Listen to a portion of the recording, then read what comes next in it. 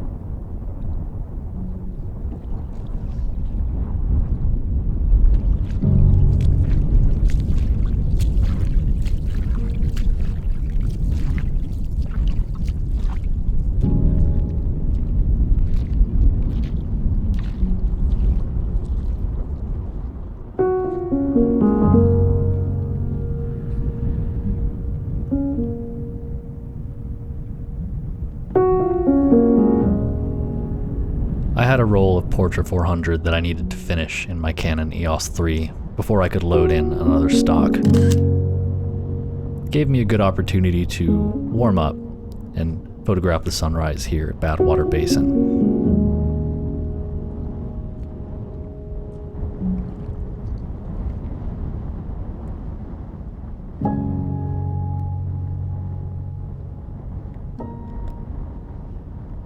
It rarely rains in Death Valley, but if you catch the park after some recent precipitation, Badwater, normally dry, turns into a lake.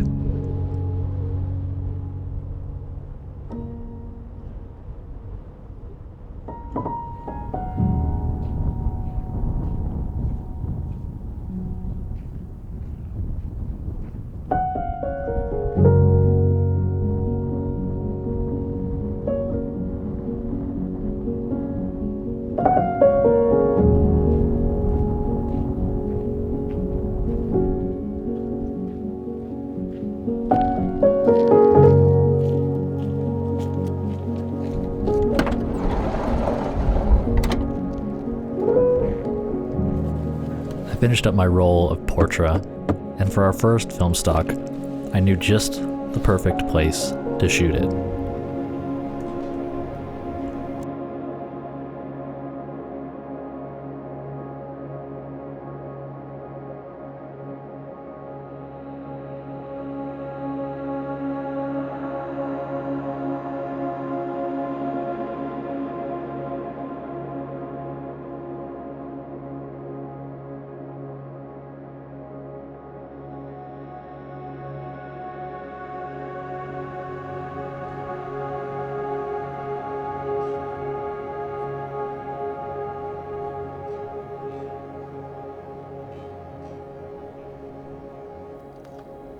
Our first film is Kodak Eastman 5399VN. It was produced by Kodak in the 90s and discontinued in 2004.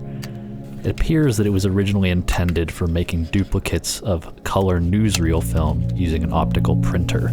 The first thing that you notice when rolling this film is that it has these transparent circles littered across the middle of the strip. Ever since I first saw images made with this stock, I thought that it was extremely otherworldly, and I knew that I had to shoot it somewhere that would complement its psychedelic characteristics.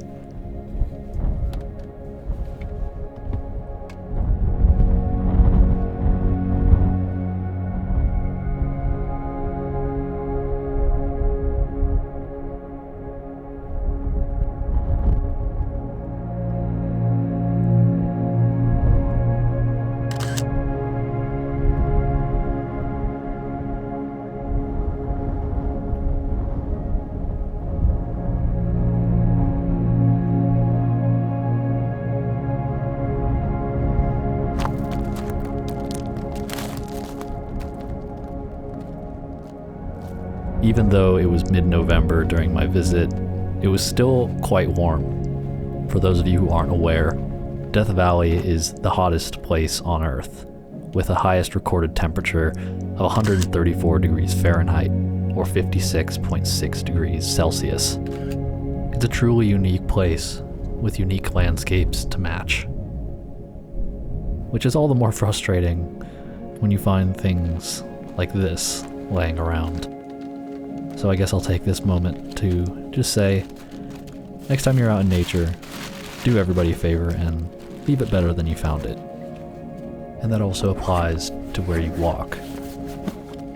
This area is very unique and very beautiful. It's also very fragile. Death Valley doesn't get a whole lot of water, which means that your footprints and the impact that you have here lasts a long time. I resigned myself to the riverbeds and the trails to be as little of a disturbance as possible. If you come to this area, please, please, please use the appropriate trail and be very careful where you walk. This place is very special and it deserves our respect.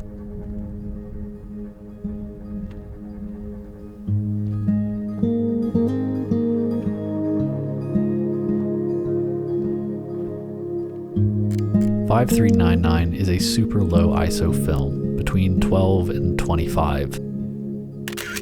I found that the more overexposed images are very bright and pastel looking, and the underexposed ones are much more saturated and punchy.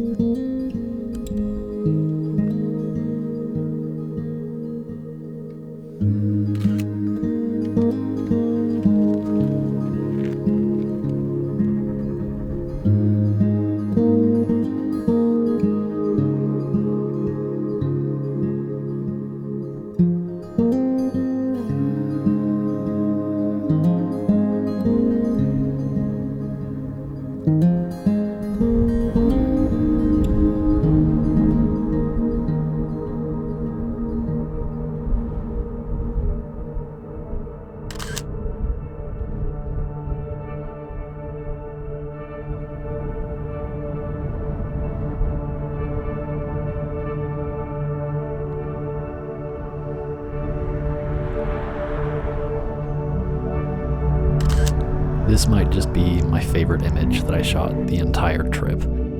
It feels so quintessentially Death Valley. The sea level sign, the palm trees, the scenery in general, and the way that 5399 resolved the colors. This is double exposure perfection in my eyes.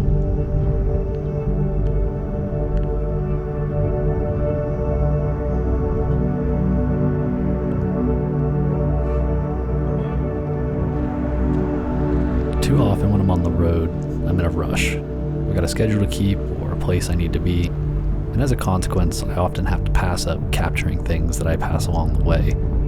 This trip I wanted to be different. I encouraged myself to make every pull-off anytime something caught my eye. I didn't necessarily succeed all the time, but I did a much better job than I usually do when I have somewhere I have to be.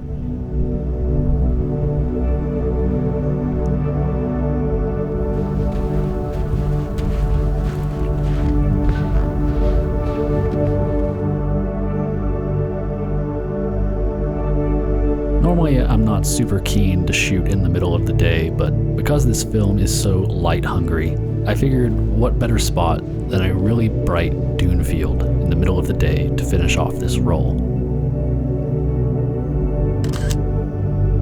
Being out in the dunes with this camera and this lens, a 28-75, makes me really wish that I had a telephoto with me. This landscape is so vast, and there's so many elements that are so far apart from each other, it's a little bit difficult to compose. I just wish that I had a little bit more compression available at my disposal.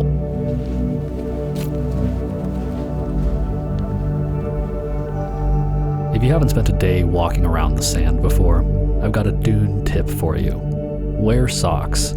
After a while, the sand can rub your feet raw, and it can be quite hot as well. I'm not wearing socks here because I wasn't planning on being here super long, and I was okay with a little bit of exfoliation, but the sand was still quite hot in some places.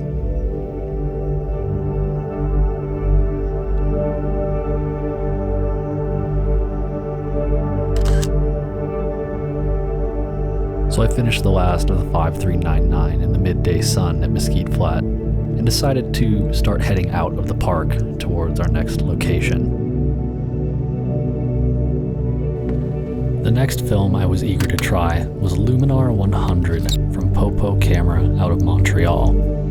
It's basically re-spooled Kodak Aerocolor 4 2460. Not to be confused with its discontinued false color sibling Aerochrome, Aerocolor is still in production today, but it's not typically available because it's supposedly only sold in bulk quantities of $150,000, primarily for government applications like surveilling forestry and photogrammetry. Companies like Popo Camera have shouldered the onus of purchasing and respooling the film, making it available to agencies and casual photographers alike.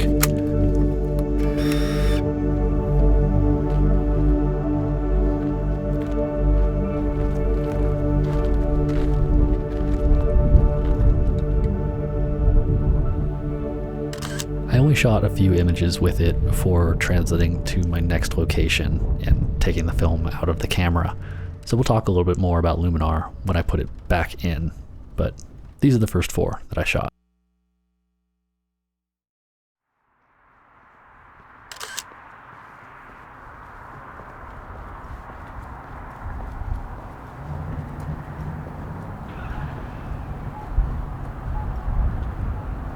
The next place I photographed on my journey was the small town of Lone Pine in the eastern Sierra.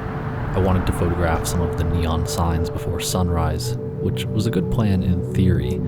There were no people out and it was very peaceful. But I guess all the neon signs get turned off sometime during the night, so the subject matter I was hoping to shoot will have to be saved for an evening blue hour at another time. Anyway, the film I'm shooting here is from 1sec. 1sec takes Kodak Vision 3 motion picture stock and removes the remjet layer so their films can be developed with standard C41 processes. They sent me a couple of other stocks that I'm eager to try, but this morning I shot 1sec 640T that is produced using Vision 3 5219.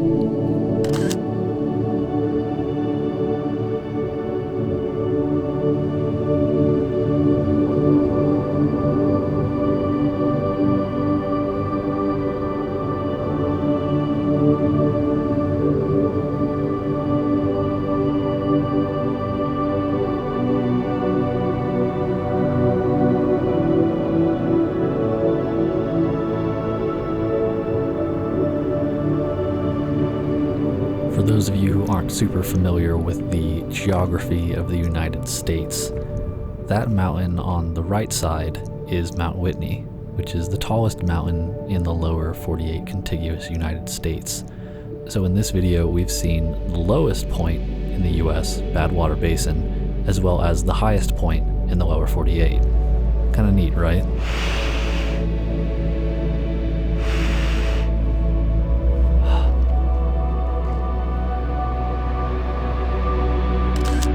I was curious to see how the 640T was going to hold up as the sun rose, and I've got to say, I love the way these images came out. I think ISO 640 is a really good middle ground for shooting both low light and daytime exposures. The colors are really great, and I think the tungsten balance looks really nice in the morning light.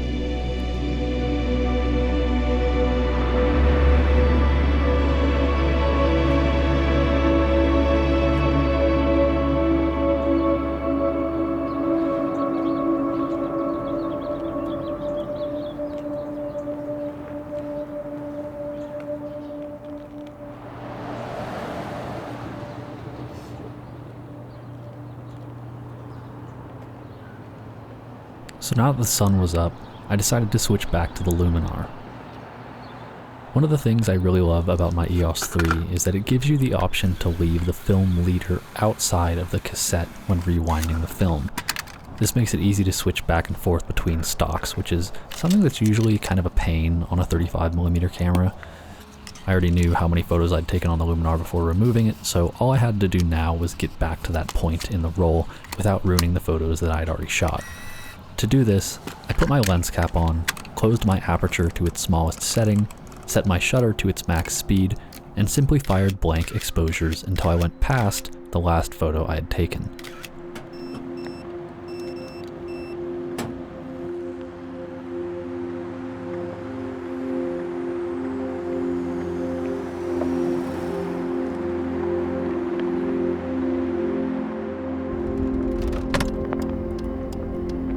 cruised my way north and went up into Bishop Canyon to see if I could catch some fall colors up there, but most of them had faded. So I continued onward and upward in elevation until I reached one of my favorite places in all of California.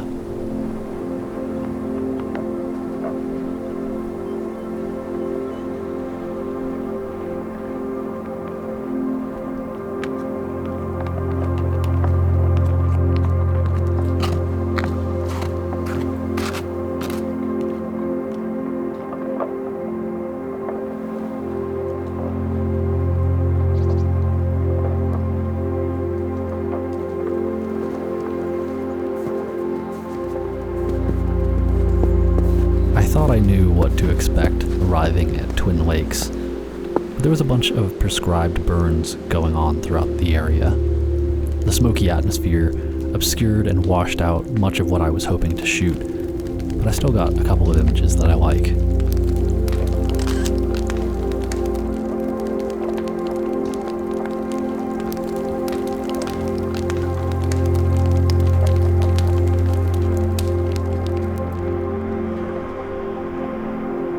The smoke wasn't really doing it for me, so I decided to continue my adventure up Highway 395 past Mono Lake, through a corner of Nevada, and towards Oregon.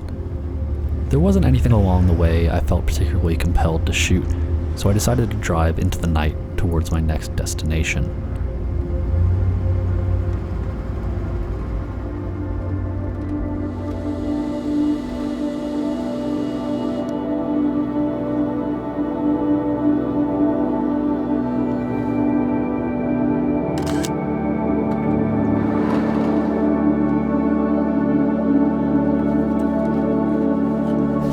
I pass through Klamath Falls pretty much every time I drive between California and Oregon, and I find that in the early morning sun, the whole place just pops. I was hoping to catch a brilliant, bright sunrise, but instead this morning it was sprinkling. I didn't mind though. Naturally, I had swapped back to the 640T for Blue Hour, and it continued to impress me.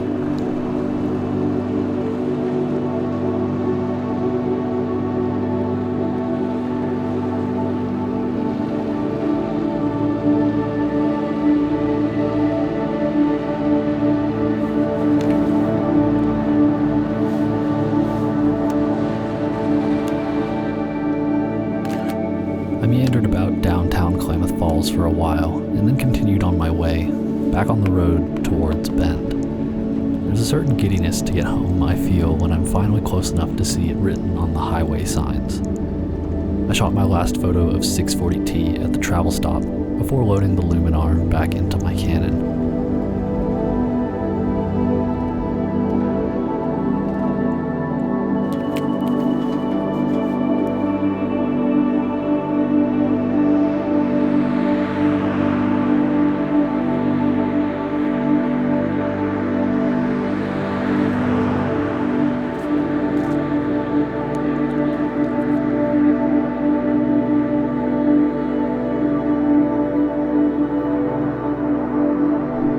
Crescent is one of those towns that just screams small town America. Every time I drive through, I find myself wishing I had time to stop and snap a few photos. Well, today was the day.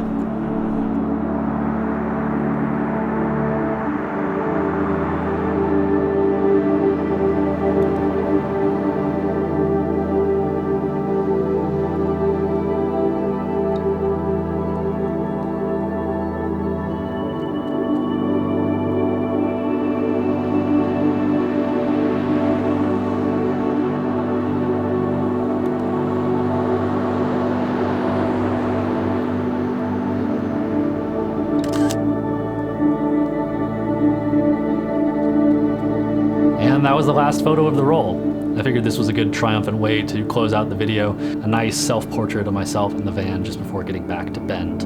Obviously, I'm home now and I've seen the images and I have wonderful things to say about all three of the stocks. The 5399 VN is just super unique. I've never shot anything like that before. I think that it really complemented the alien landscapes of Death Valley, just the holes that are all over the place, the crazy colors. It's not the kind of thing I would normally load into my camera, but I'm eager to do so again the next time a trippy landscape or feeling presents itself. The Luminar was very warm and inviting, it had beautiful tight grain, and it reliably produced beautiful images. In the 1sec 640T, I think that's the one that I'm probably going to shoot the most of, if I'm being quite honest. I just think it's so versatile. I could shoot it day or night, anytime, and I love the images that come out of it, and I love the halations.